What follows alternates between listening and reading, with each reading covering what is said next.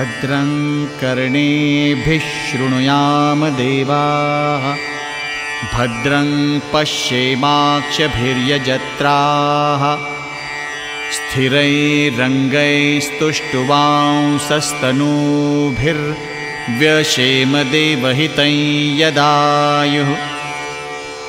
ॐ स्वस्ति न इन्द्रो वृद्धश्रवाः स्वस्ति नः पूषा विश्ववेदाः स्वस्ति नस्तार्क्ष्यो अरिष्टनेमिः स्वस्ति नो बृहस्पतिर्दधातु। ॐ शान्तिः शान्तिः शान्तिः।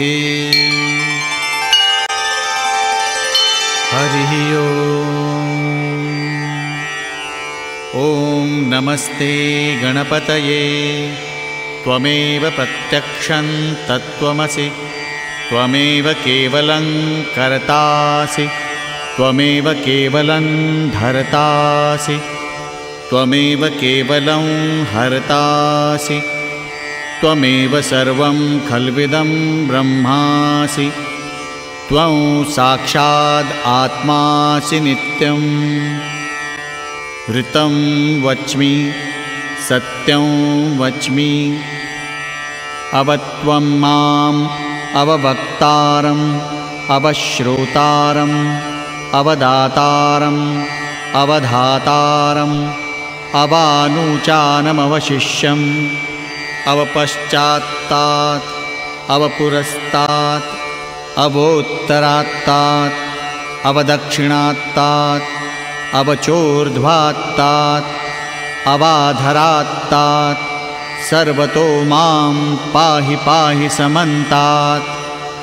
त्वं वाङ्मयस्त्वं चिन्मयः त्वमानन्दमयस्त्वं ब्रह्ममयः त्वं सच्चिदानन्दाद्वितीयोऽसि त्वं प्रत्यक्षं ब्रह्मासि त्वं ज्ञानमयो विज्ञानमयोऽसि।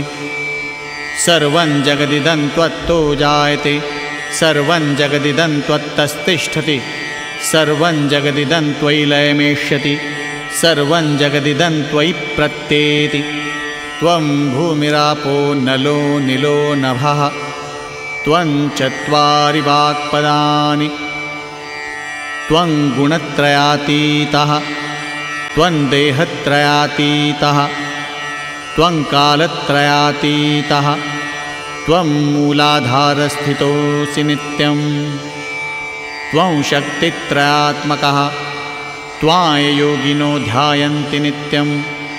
त्वं ब्रह्मा त्वं विष्णुस्त्वं रुद्रस्त्वं इन्द्रस्त्वं अग्निस्त्वं वायुस्त्वं सूर्यस्त्वं चन्द्रमास्त्वं ब्रह्मभूर्भुवः स्वरों। गणादिं पूर्वमुच्चार्य वर्णादिं तदनन्तरम् अनुस्वारः परतरः अर्धेन्दुलसितं तारेणुरुद्धम् एतत्तव मनुस्वरूपं।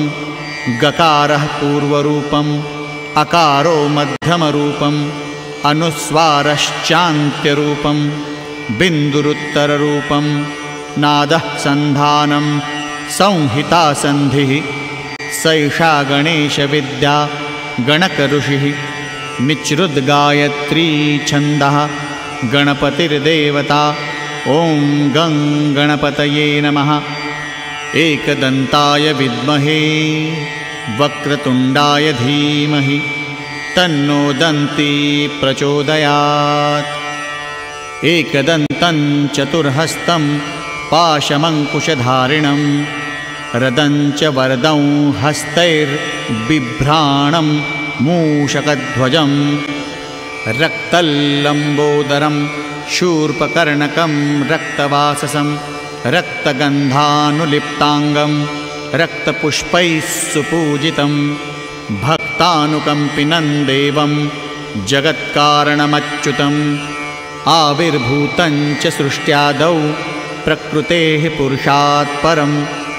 एवं ध्यायति यो नित्यं स योगी योगिनां वरः।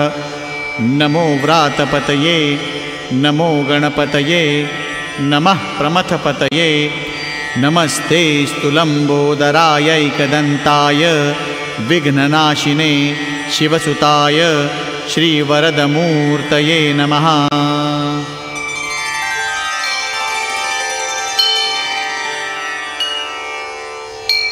एतद् अथर्वशीर्षं योधीते स ब्रह्मभूयाय कल्पते, स सर्वविघ्नैर्न बाध्यते, स सर्वतः सुखमेधते, स पञ्चमहापापात् प्रमुच्यते।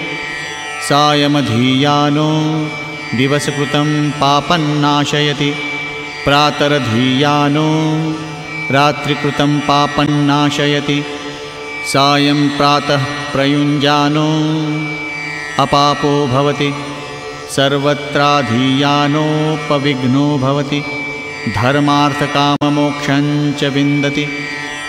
इदम् अथर्वशीर्षम् अशिष्याय न देयं, यो यदि मोहाद्दास्यति स पापीयान् भवति।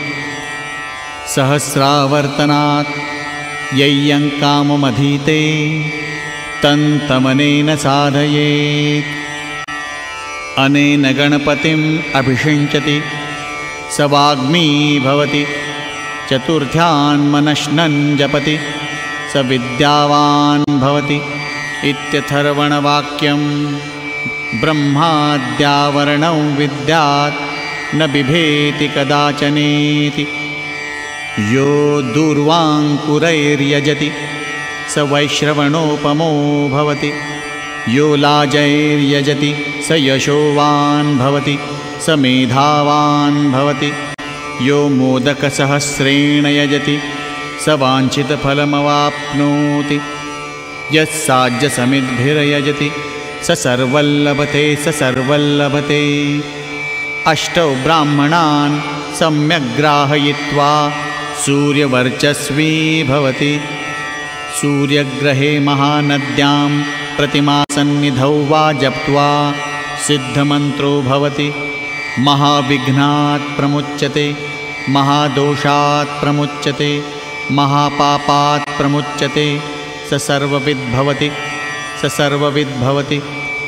य एवं वेद इत्युपनिषत्।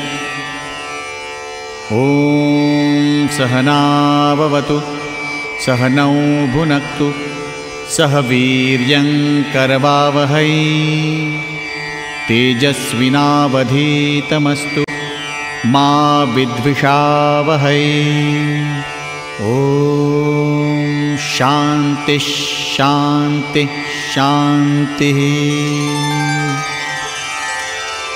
ॐ भद्रं कर्णेभिः शृणुयाम देवाः, भद्रं पश्येमाक्षभिर्यजत्राः, स्थिरैरङ्गैस्तुष्टुवांसस्तनूभिर्व्यशेम देवहितं यदायुः।